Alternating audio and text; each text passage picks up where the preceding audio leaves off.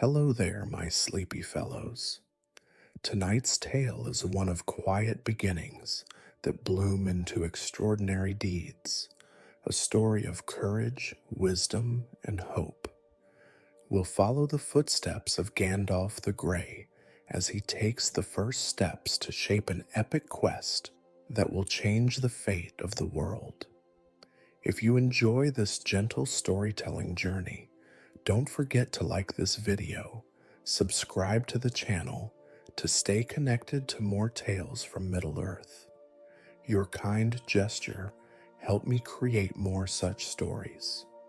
Tonight, we journey into the heart of Middle-Earth, a world where whispers of ancient tales drift like soft breezes through rolling hills and towering peaks. Our story begins under a blanket of twilight, in a land of lush green fields and gentle golden light. Picture the Shire, with its rolling hills dotted by cozy hobbit holes nestled into the earth. Smoke curls lazily from chimneys, and the air carries the faint aroma of baked bread and blooming flowers. The distant hum of life, children laughing, the faint tinkling of a blacksmith's hammer blends harmoniously with the rustle of leaves and the soft evening breeze. But our tale tonight will take us far beyond these tranquil lands, beyond the safety of the Shire, to a place where destinies are shaped and quests are born. As the light fades into a quiet dusk, let your imagination wander and your spirit relax, for we are about to embark on a soothing yet captivating adventure into Middle-Earth. Gandalf, with his long flowing robes and the glint of starlight reflected in his eyes, walking under the boughs of ancient trees. His staff taps rhythmically against the path, a sound as steady as a heartbeat. With every step, he's drawn deeper into a mystery, one that will lead him to bring together unlikely allies and ignite a spark of hope against the encroaching shadow.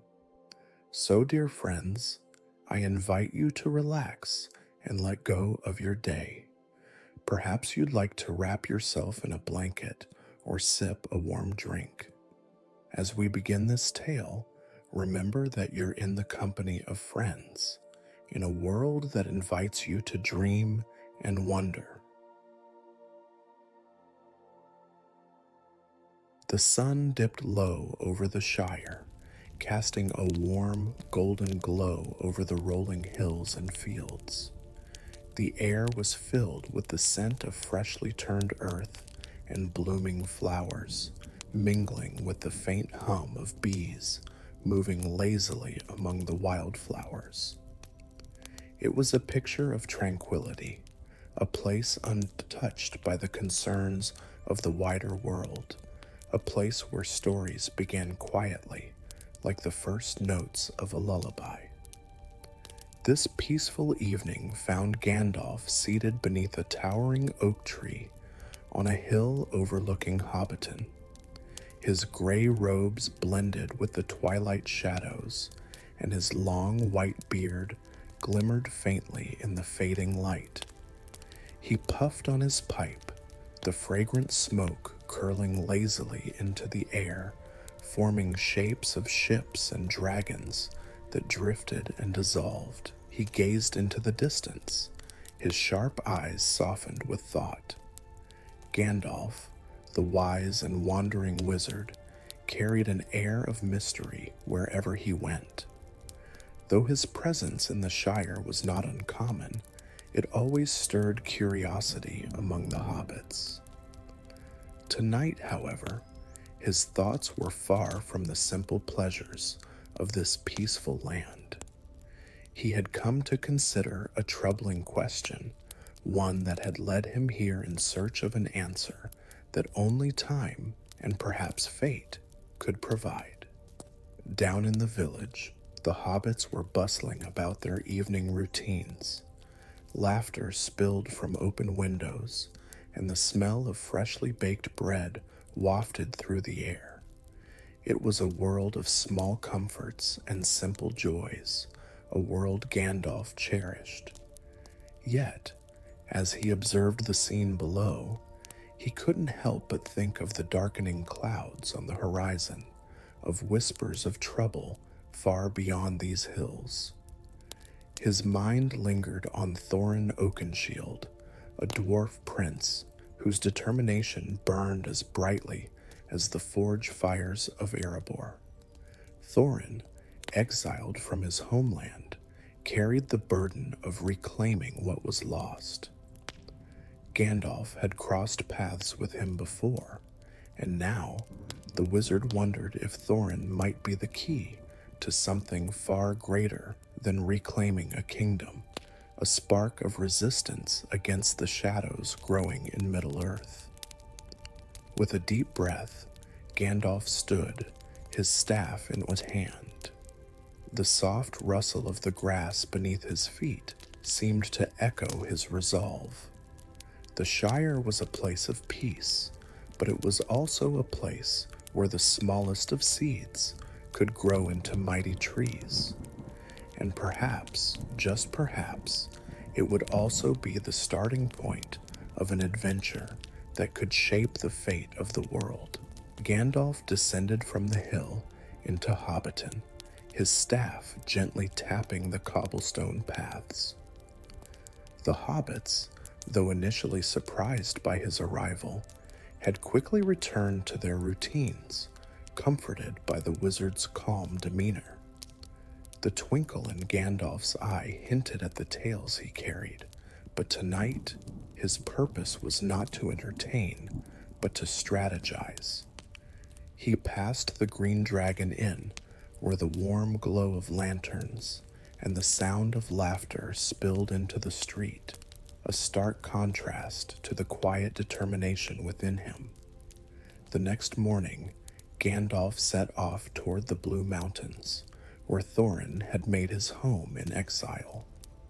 The journey was long, winding through the lush countryside of Erebor.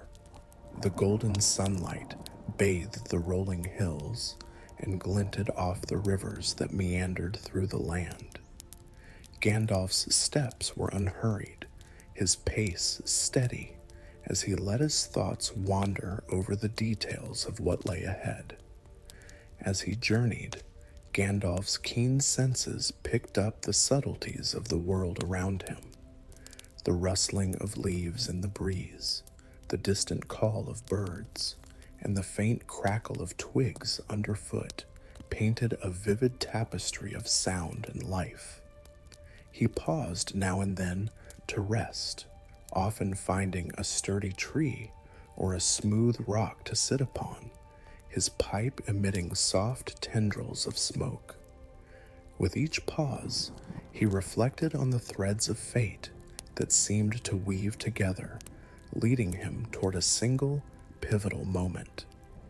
One evening, as he camped by a babbling brook, Gandalf's thoughts drifted to a recent encounter with Radagast, the brown wizard.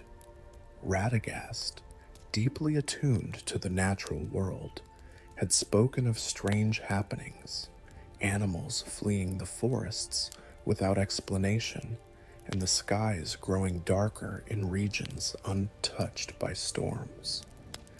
Though Radagast's concerns often seemed exaggerated, Gandalf had learned never to dismiss them entirely. These occurrences only reinforced his resolve. As Gandalf approached the Blue Mountains, the terrain grew more rugged. The gentle slopes of the Shire gave way to rocky cliffs and dense forests. He moved with the ease of one accustomed to long travels, his staff finding firm footing with each step. Along the way, he encountered travelers, merchants, wanderers, and even a group of dwarves returning from trade. Each encounter brought snippets of news, fragments of tales that hinted at the growing unrest in Middle-Earth. One evening, As the sun set in fiery hues behind the mountains, Gandalf found himself at the entrance to a quiet dwarven settlement nestled within the cliffs. The air was cool, carrying the faint smell of stone and metal. Thorin Oakenshield was there, seated by a roaring fire, his brow furrowed in thought. His presence radiated strength and determination, tempered by the weight of responsibility. When Gandalf approached, Thorin's expression softened slightly, though the fire in his eyes did not waver. The two spoke at length that night, their conversation a mix of past grievances, present challenges, and future possibilities. Gandalf presented his thoughts carefully, weaving them into a compelling narrative of hope and purpose. He spoke of the lonely mountain, the dragon smog, and the possibility of reclaiming Erebor. Thorin listened intently, his fingers tracing the edge of his map, his mind weighing the risks and rewards. As the fire crackled, Gandalf revealed a larger truth. This quest was not merely about reclaiming a lost kingdom, it was about restoring balance and hope to Middle-Earth. The dragon's presence in Erebor was not just a dwarven concern, it was a threat to the free peoples of the world. Thorin's eyes darkened with resolve, his grip tightening on his axe as he vowed to consider Gandalf's words. The next morning, Gandalf departed the settlement, leaving Thorin to ponder the weight of the decision before him. The wizard's steps carried him back down the mountain path, his heart lighter with the knowledge that a spark had been lit. As he journeyed on, he knew that the road ahead would be fraught with challenges, but also with the promise of unexpected allies and newfound strength. The journey through Erebor continued, each step a testament to Gandalf's unwavering resolve. He paused at familiar landmarks, a towering oak tree where he had once met a group of elves, a secluded glade where he had camped beneath a canopy of stars.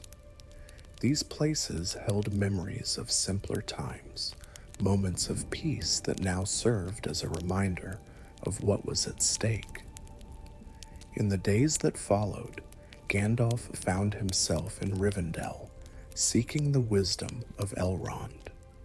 The last homely house was a sanctuary of beauty and knowledge, a place where the burdens of the world seemed to lift, if only for a while. Elrond greeted Gandalf warmly, his serene presence a balm to the wizard's weary spirit. Together, they spoke of the growing shadows in Middle-Earth and the importance of uniting its peoples against the threat. As Gandalf departed Rivendell, his thoughts were a mixture of hope and uncertainty. The path ahead would not be easy, but he carried with him the strength of conviction and the knowledge that even the smallest actions could have far-reaching consequences.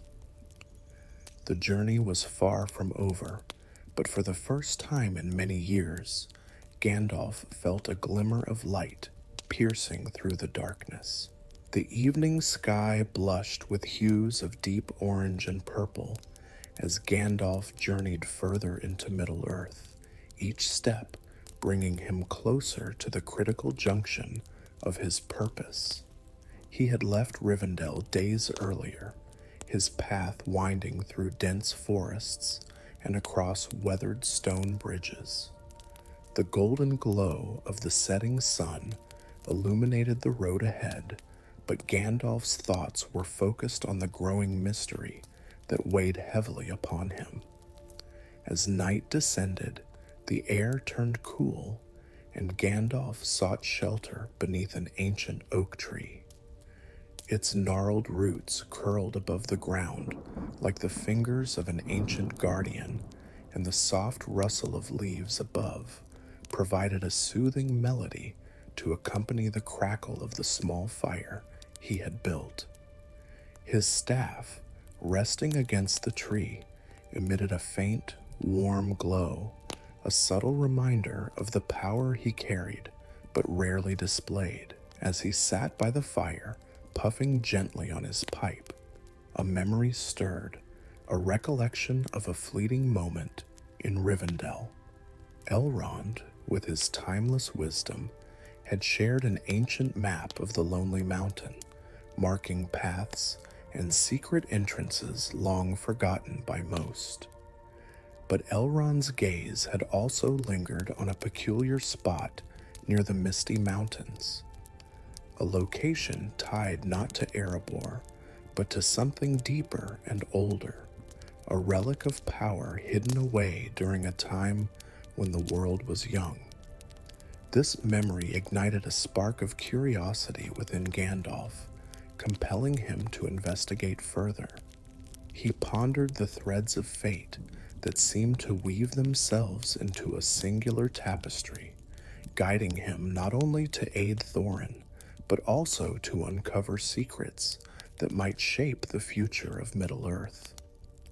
The next morning, the journey resumed, with the Misty Mountains looming ever closer on the horizon. Their peaks, shrouded in wisps of cloud, exuded an aura of mystery and ancient power. As Gandalf climbed the rocky trails, his keen eyes caught subtle signs of change, faint scorch marks on the stones, the scent of sulfur carried on the breeze, and the eerie silence that blanketed the higher altitudes. It was near a secluded plateau that Gandalf's senses heightened. The stillness of the air seemed unnatural, and the whispers of the wind carried a faint, melodic hum, like a song just out of reach. His staff glowed faintly as he approached the edge of the plateau, where he discovered a cave hidden behind a curtain of ivy. Its entrance was marked with runes, their faint shimmer suggesting wards placed long ago. With cautious curiosity, Gandalf stepped inside, his staff illuminating the way.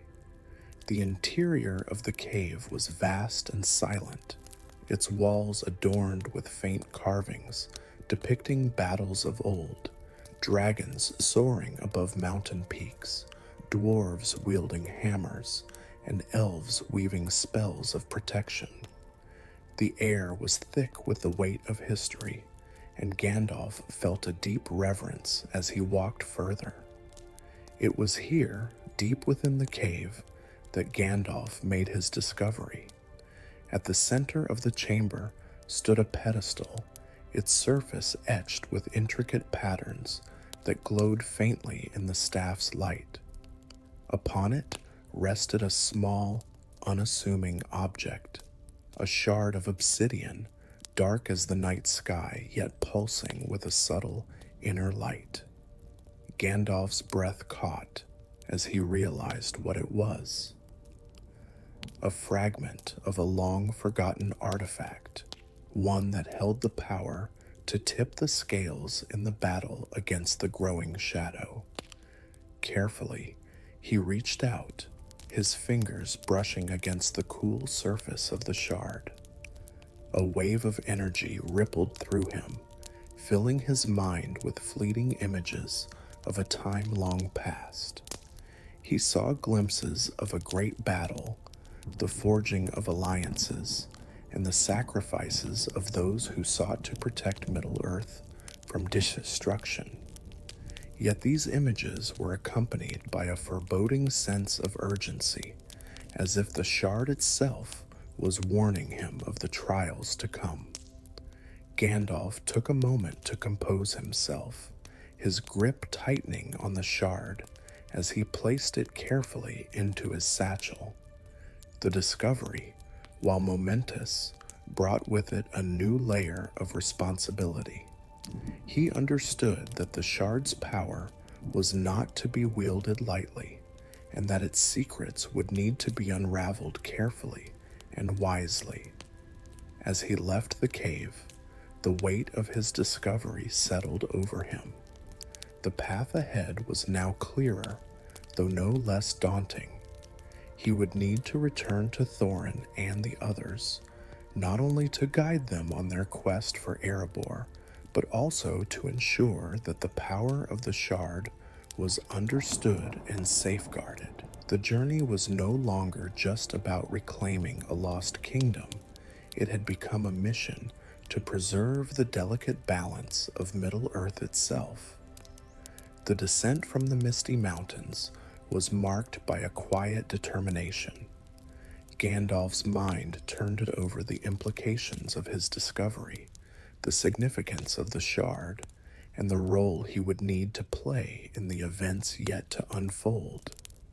Though the road was fraught with uncertainty, he carried with him the strength of purpose and the hope that even the smallest actions could ripple outward, shaping the fate of the world.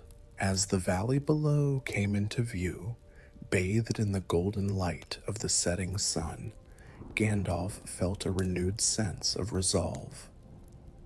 The shard in his possession was a piece of a larger puzzle, one that would require the wisdom and courage of many to complete. With the echoes of the cave still lingering in his mind, he pressed onward, ready to face the challenges that lay ahead. The wind howled through the jagged peaks of the lonely mountain range as Gandalf and Thorin's company approached the final stretch of their journey. The group's pace was steady but cautious, for they sensed that the road ahead held trials that would test their resolve. Gandalf, his staff glowing softly, led the way with a quiet confidence, though the weight of his recent discovery lingered heavily in his thoughts. The shard of obsidian he had found deep beneath the Misty Mountains pulsed faintly within his satchel, as though alive with its own energy, urging him onward. The landscape around them grew harsher, with craggy outcrops and deep ravines carved by ancient forces. Snow-dusted peaks loomed ominously, and the air grew colder with each step. Yet there was a strange beauty to the desolation, a sense of awe that reminded the travelers of the immense age and power of Middle-Earth. Gandalf paused briefly at the edge of a precipice, his sharp eyes scanning the horizon. Far in the distance, the lonely mountain stood like a sentinel against the darkening sky, its summit crowned with mist. As they pressed on, the group encountered a narrow pass, the walls of which were adorned with ancient runes etched deep into the stone. Gandalf stopped to study them, his fingers tracing the faded symbols. They told a tale of dwarves who had once passed this way, seeking refuge and fortune in the shadow of Erebor. But there was another layer to the story, warnings of a dark presence that had lain dormant for centuries, waiting for the right moment to awaken. Gandalf turned to Thorin, his expression grave. "We are not alone on this path," he said, his voice calm but firm. "Something stirs in the deep places of the earth. We must tread carefully." The group moved forward with renewed caution, their footsteps echoing in the narrow canyon. The atmosphere grew tense, the oppressive silence broken only by the occasional crackle of loose stones underfoot. Gandalf's staff cast a warm, reassuring glow, illuminating the way ahead and giving the company a sense of security amid the growing shadows. Suddenly, a low rumble reverberated through the pass, like the growl of some ancient beast awakening from slumber. The ground trembled, and a gust of icy wind swept through the canyon, extinguishing their torches. Gandalf raised his staff high, its light intensifying to push back the encroaching darkness. From the shadows emerged a figure, towering and shrouded in a cloak of black mist. Its eyes glowed with an unholy light, and its voice, deep and resonant, echoed through the canyon. "Who dares disturb the peace of this ancient place?" the figure intoned, its words laced with malice. Thorin stepped forward, his hand resting on the hilt of his sword. "We seek no quarrel, only safe passage to our destination." The figure's laughter rang out, cold and mirthless. "Safe passage, foolish dwarves, your journey stirs forces beyond your understanding. Turn back now, or face the wrath of the forgotten." Gandalf stepped between Thorin and the figure, his gaze steady and unyielding. "We are bound by purpose and will not be deterred. If you seek to bar our way, know that you face more than mere travelers." The figure's form shifted, its cloak of mist swirling like a storm. "Then let us see if your resolve is as strong as your words." With a roar, the figure lunged forward, its dark tendrils reaching for the company. Gandalf raised his staff, its light flaring brilliantly to meet the attack. The two forces clashed, light against shadow, in a battle that seemed to shake the very earth. The dwarves formed a protective circle, their weapons drawn, as Gandalf and the entity engaged in a fierce struggle. The shard of obsidian in Gandalf's satchel began to resonate, its faint glow intensifying with each passing moment. Realizing its significance, Gandalf reached for the shard, holding it aloft. The light emanating from the shard combined with the power of his staff, creating a radiant beam that pierced through the darkness. The figure recoiled, its form unraveling like smoke in the wind. "You carry the light of the old world," the figure hissed, its voice fading, "but light alone cannot banish the shadows forever." With a final burst of light, the figure dissipated, its presence vanishing into the void. The canyon fell silent once more, the oppressive weight lifting as though a storm had passed. Gandalf lowered the shard, his breath steady, but his expression somber. The battle had been won, but its implications were far-reaching.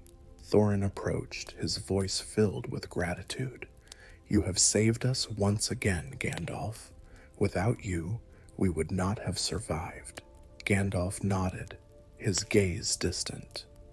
"The road ahead is still fraught with peril, but this victory has given us a chance to move forward. Let us not waste it." As the group resumed their journey, the atmosphere shifted from tension to quiet determination. The encounter had strengthened their resolve, and Gandalf's leadership had reaffirmed their faith in the quest. The shard of obsidian, now safely tucked away, remained a symbol of hope and a reminder of the challenges they would face. When the lonely mountain finally came into view, its grandeur was awe-inspiring. The setting sun bathed its slopes in golden light, and the sight filled the company with a renewed sense of purpose. Gandalf stood at the forefront, his staff planted firmly in the ground. He knew that their journey was far from over, but for the first time in many days, he felt a glimmer of optimism. "Come," he said, his voice gentle yet commanding. "The road has tested us, but we endure.